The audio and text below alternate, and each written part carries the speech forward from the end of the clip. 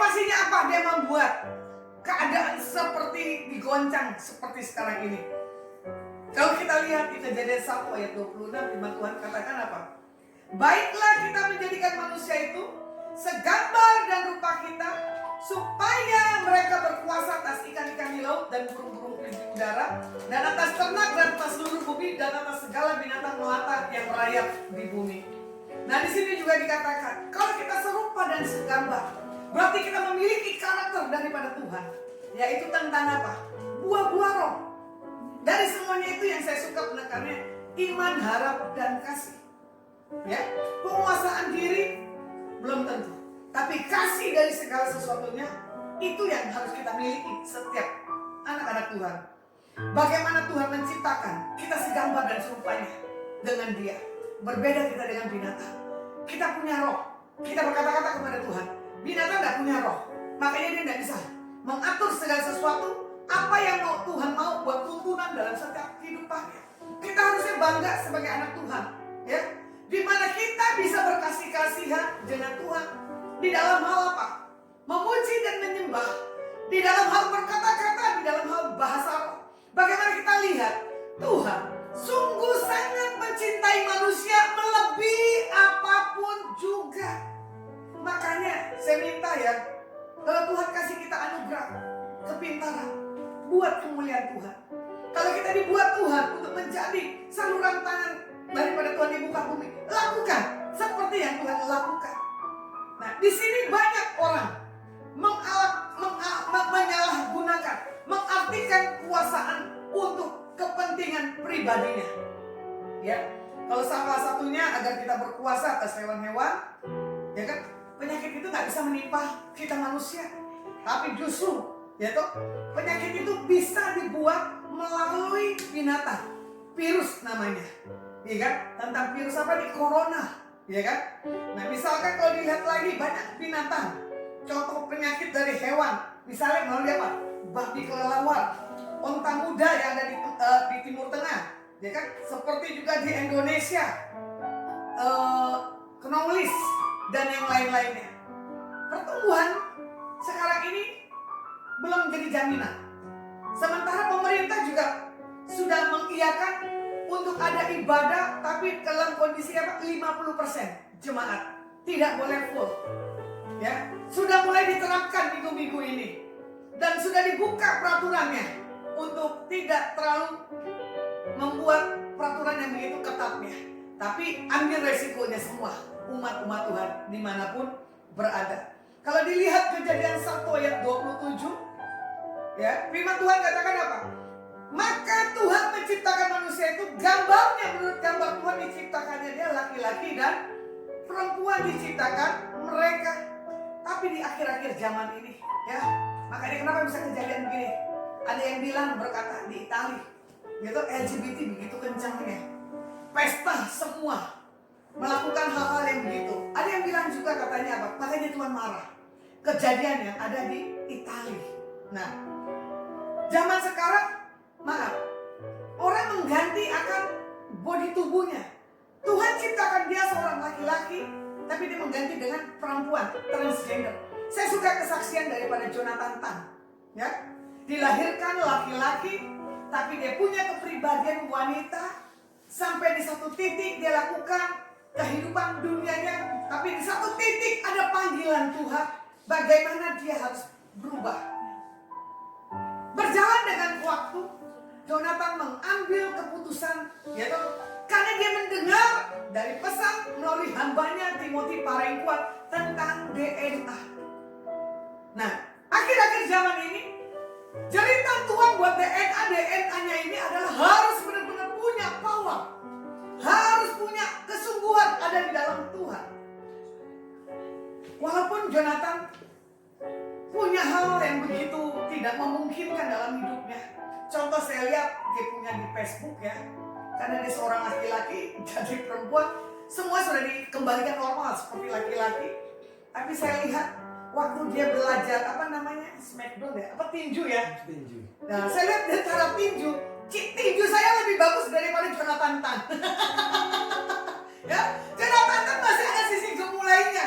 Saya kaget, tapi saya percaya menjadi seorang laki-laki. Ya, rambutnya udah semakin hari saya lihat Jonathan ini semakin menunjukkan kelaki-lakiannya. Cuman ya itu, saya minta dengan rekan saya harus punya wibawa yang lebih sebagai seorang laki-laki. Bayangkan, Jonathan kan dibawa Tuhan untuk membuat satu hal pertobatan yang manusia buat LGBT di akhir zaman ini. Makanya dia membuat banyak buku, makanya dia berkeliling sampai dia punya kerinduan ingin membuat satu ministry. Kalau Tuhan izinkan, biar ministry itu terbuka buat kemuliaan nama Tuhan. Saya tahu kalau Jonathan bertobat karena dari latar belakang seperti transgender, berarti Jonathan di bawah Tuhan DNA-nya menjaga orang-orang yang seperti itu kembali kepada panggilan Tuhan seperti Tuhan menciptakan, ya kan, laki-laki dan perempuan. Tapi kenapa ada hal yang begituan? Pertama, karena dari dalam kandungan, ya kan, orang tua kadang menginginkan seorang anak laki-laki yang lain perempuan. Jadi kepribadiannya hal berbeda. Kedua, bisa juga karena keadaan alam, ya kan? Kenapa seorang laki-laki yang sempurna diciptakan Tuhan, dia terluka dengan bapaknya, makanya dia menjadi homoseksual. Nah ini saya minta para bapak-bapak dimanapun pemirsa berada, tolong deh, sebagai orang bapak, jangan menggampangkan tangan kalian atau perkataan kalian di atas anak laki-laki kalian. Itu menambah luka. Tapi saya lihat orang-orang yang melambai begini, perkasanya luar biasa. Saya secara pribadi tidak bisa melihat orang yang melambai dan orang yang tidak. Tapi setelah mereka kalau di kelompok kumpulannya, ya, baru ketahuan mereka melambainya. Tapi sayang, sungguh sangat sayang ya, orang-orang yang melambai itu orang-orang yang ganteng sekali. Mempunyai karya seninya luar biasa. Sampai saya kadang bilang begini, Tuhan, kenapa orang-orang yang seperti ini, hal pertumbuhannya tersendat? Kenapa dia lari dari setiap kodrat ciptaan daripada Tuhan? Karena apa? Pergaulan. Karena kalau kita melihat pergaulan mereka, karena tidak bisa diterima dari sisi hal dunia. Jangan suka kita mengecilkan teman-teman yang lainnya, bahwa mereka untuk menjadi hal ciptaan Tuhan yang sempurna dalam setiap kehidupannya. Nah kalau dilihat lagi ya tentang bagaimana Tuhan minta kita kembali kepada rencana Tuhan yang semua segambar dan serupa dengan Dia. Kita harus mencari wajah Tuhan melalui firman-Nya, yaitu Alkitab. Dari Kejadian sampai Wahyu, memiliki keintiman pribadi dengan Tuhan, dengan doa, pujian, penyembahan yang tiada putus-putusnya, dibawa dengan hal berdoa kepada Tuhan. Contoh sedikit ya, saya punya kesaksian. Hari ini orang sudah gagal dalam hal pernikahan, ya, KDRT. Tapi dia melakukan lagi program yang terbarunya lagi. Karena apa? Dia tidak bisa hidup sendiri. Saya bilang belum tentu jaminan. Kalau orang pernah mengalami gagal dalam satu pernikahan, ya apalagi KDRT, jangan melangkah ke pernikahan yang kedua, jangan melangkah ke pernikahan yang ketiga. Itu semuanya sama. Kalau kita segambar dan serupa, kalau kita punya kedewasaan pertumbuhan di dalam Tuhan, hal-hal yang begitu tuh nggak menjadi patokan. Yang penting bagaimana kita menyenangkan Dia di atas segalanya. Ya, saya sayangkan semalam juga ada telepon saya jam 2 pagi. Ini pengantin baru usia berapa Bu? Bu Christine 25 belum ada ya? Tapi perkawinannya terlalu dini karena mengalami hal eksiden. Lahirlah anak yang pertama gagal. Lahirlah anak yang kedua, iya. Bagaimana ini seorang laki-laki ditekan dengan seorang perempuan yang tanpa punya pertumbuhan di dalam Tuhan. Kita sudah arahkan, kita sudah tuntun, saya pikir sudah aman, ya toh? Ternyata belum. Semalam saya sempat terganggu istirahat saya, tidur melek karena saya harus komunikasi dengan tamu saya yang sedang mengalami satu problem konflik dalam rumah tangga anaknya. Kalau saya bisa di satu titik menasihati, tapi saya tidak mau ambil kesimpulan yang bodoh. Karena apa? Apa yang sudah dipersatukan Tuhan tidak bisa dipisahkan. Maaf, walaupun di luar Yesus, walaupun belum ada pemberkatan. Karena apa? Ada benih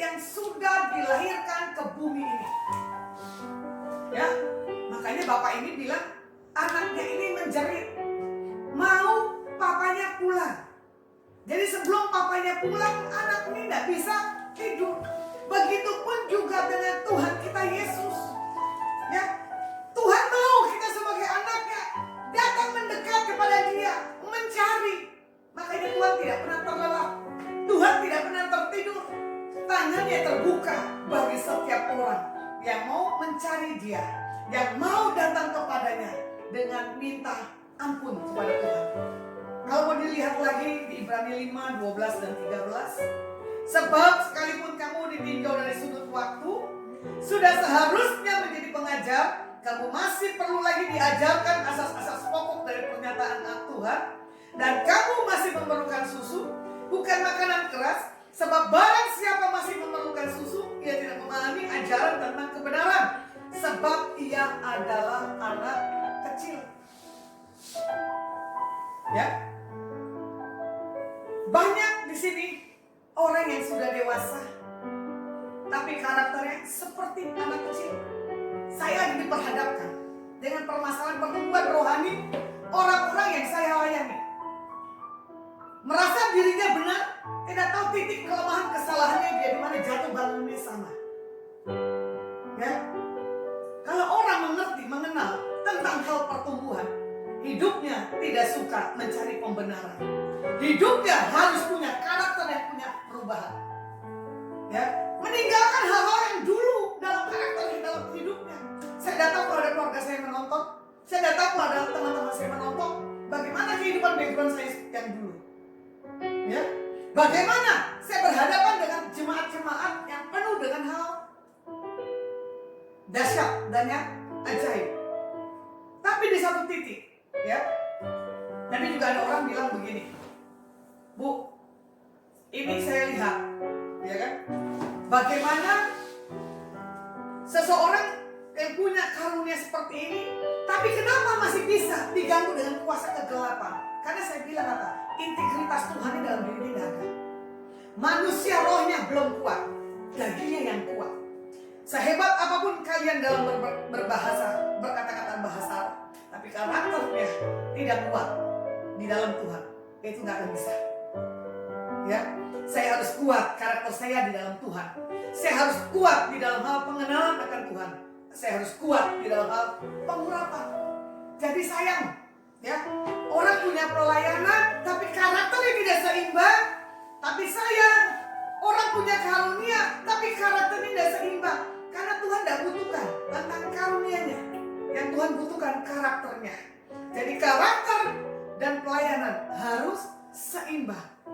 Nggak saya mau sombongkan. Kesaksian seorang anak muda ini adalah kesaksian yang dahsyat. Kebetulan juga didengar dengan Ibu Chandra Hidayat. Bayangin, baru kita duduk manis berjumpa, ini orang pernah saya cuekin 1 tahun lebih, tapi Tuhan bisa atur kemarin. Tiba-tiba, ya kan? Di situ dia buat pengakuan. Saya bilang, kalau kamu mau di mentor saya, kamu harus punya perubahan. Kalau kamu tidak mau di mentor saya, silakan saya tidak mau tangani. Karena saya mau mementor orang yang benar-benar punya perubahan dalam kehidupannya. Tinggalkan masa lalu, kembali kepada penciptaan Tuhan yang pertama. Yaitu pada mulanya Tuhan menciptakan langit dan bumi. Dibuat bumi ini harus penuh dengan kemuliaan, bukan penuh dengan keegoisan masing-masing manusianya. Nah juga di sini juga dikatakan, ya, kita ini tidak pernah bertumbuh. Kita ini harusnya menjadi seorang pengajar. Yang gak perlu lagi diajar hal-hal kebodohan, hal dunia. Contoh, saya bertobat kelas 2 SMA. Di situ Tuhan bawa saya lebih. Jatuh bangun pertumbuhan rohani saya, tapi Tuhan bawa lebih dan lebih lagi. Sampai di satu titik, ada pesan yang disampaikan hamba Tuhan, bahwa saya harus kembali panggilannya, yaitu melayani Tuhan sebagai seorang evangelis. Saya kaget. Saya bilang, nantilah Tuhan, tunggu saya usia, tunggu Tuhan saya punya uang. Tapi Tuhan tidak bisa hal bilang seperti itu yang kita mau. Kebetulan saya juga punya oma bernama Oma Rika. Ya, Tuhan ini pakai Seorang oma yang tidak menikah tapi hatinya murni buat Tuhan dan pekerjaannya. Banyak anak didiknya dimanapun yang dididik, kalau dia mengenal, memahami siapa Oma Rika, ya, tapi dia tidak punya tempat. Tapi di sisi dia dipanggil Tuhan, Tuhan buat semuanya indah pada waktunya. Saya suka di sisi terakhir sebelum Tuhan ambil. Dia tidak bisa melihat, tapi rohnya menangkap. Baru masuk depan pintu rumahnya, dia bilang, nah kalau kita dilihat lagi tentang kejahatan semakin jahat, ya. Kalau dibilang di Amerika ya sudah dilegalkan LGBT, betul nggak? Bahkan sudah disahkan ya kalau nggak salah chip, entah apapun, itu keputusan. Tapi malam ini saya berdoa, kita biar dibentuk dan mau segambar dengan Tuhan. Kita tidak memiliki lagi manusia lama kita, tapi kita harus memiliki manusia yang daripada Tuhan.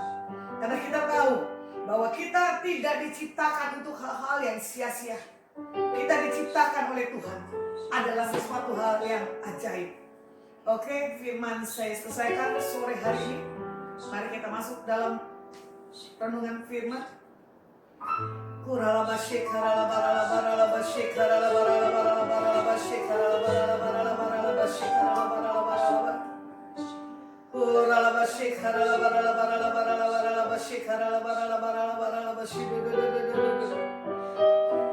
Oh Jesus, Jesus.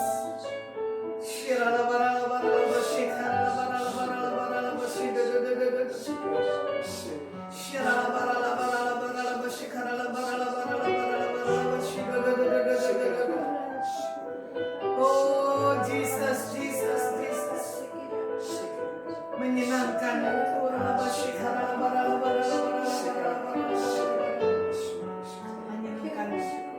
Tuhan, ini kerinduanku.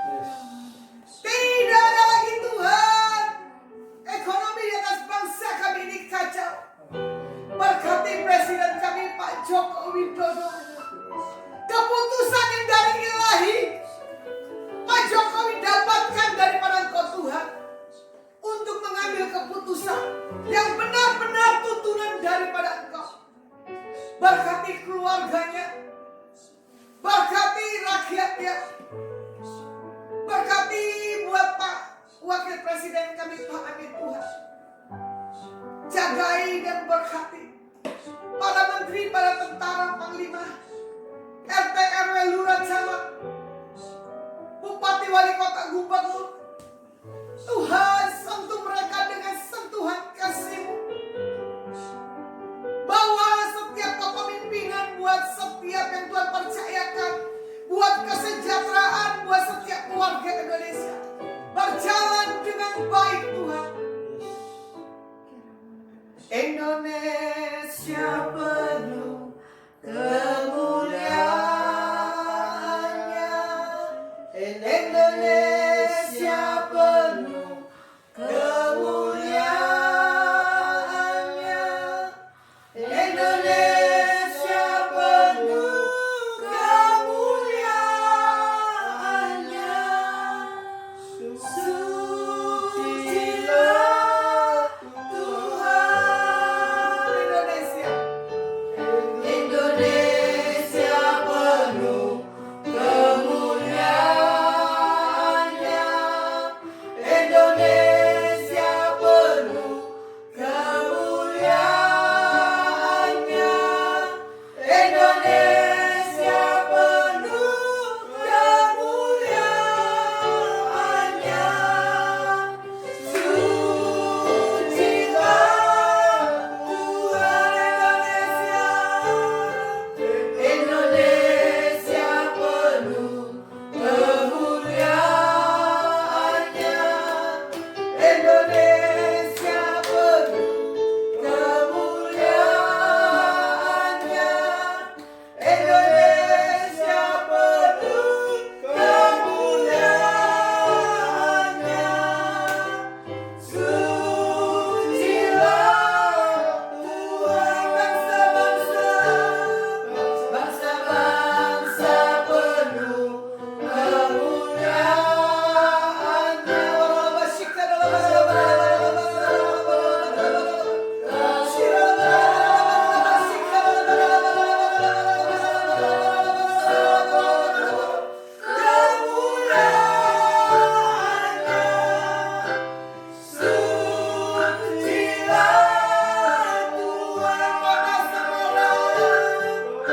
Semarang penuh kemuliaannya, Semarang penuh kemuliaannya, Semarang penuh kemuliaannya.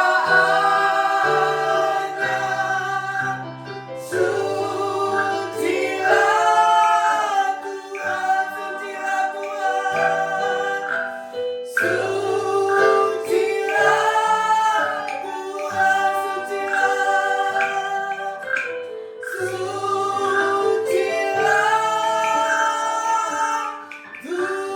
Tuhan. Haleluya, haleluya. Engkau dahsyat Tuhan, Engkau ajaib. Kami bangga memiliki Tuhan. Kami bangga memiliki Engkau Yesus dalam setiap kehidupan kami. Tuhan, ini bangsa Indonesia, 34 provinsi kami serahkan ke dalam tangan.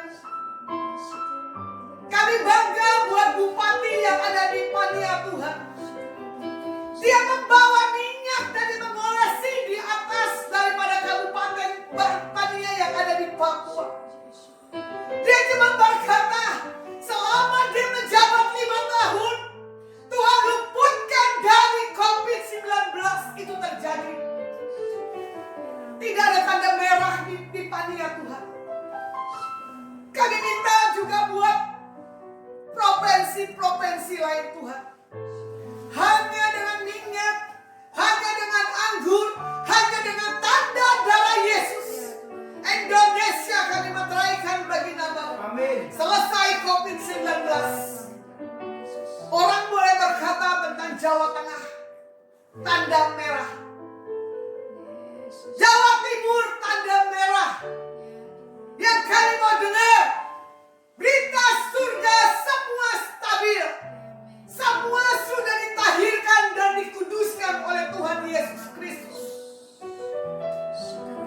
minta semua dinetralisir.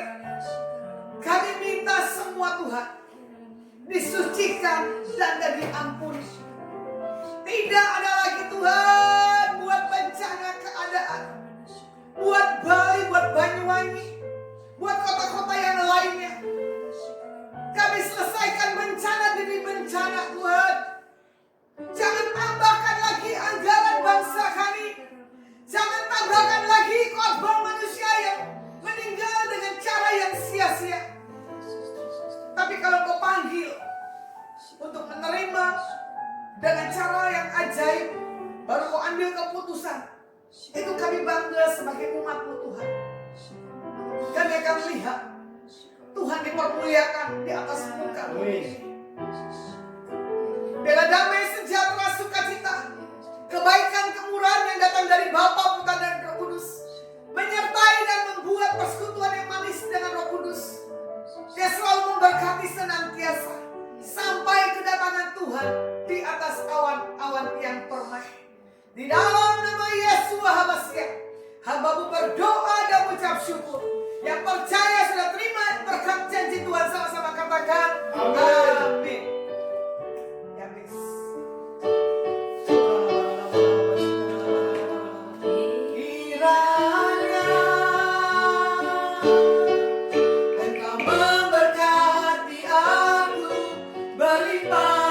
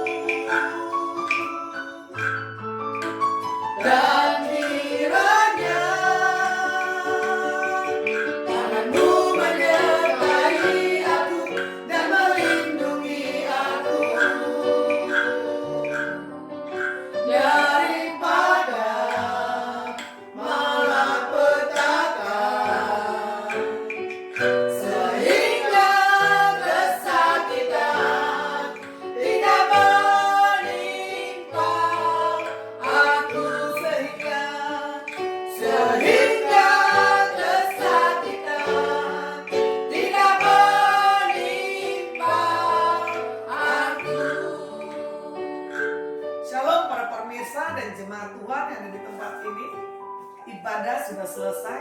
Biarlah di doa Yabes 1 Tawarik 4, 9 dan 10, penyakit apapun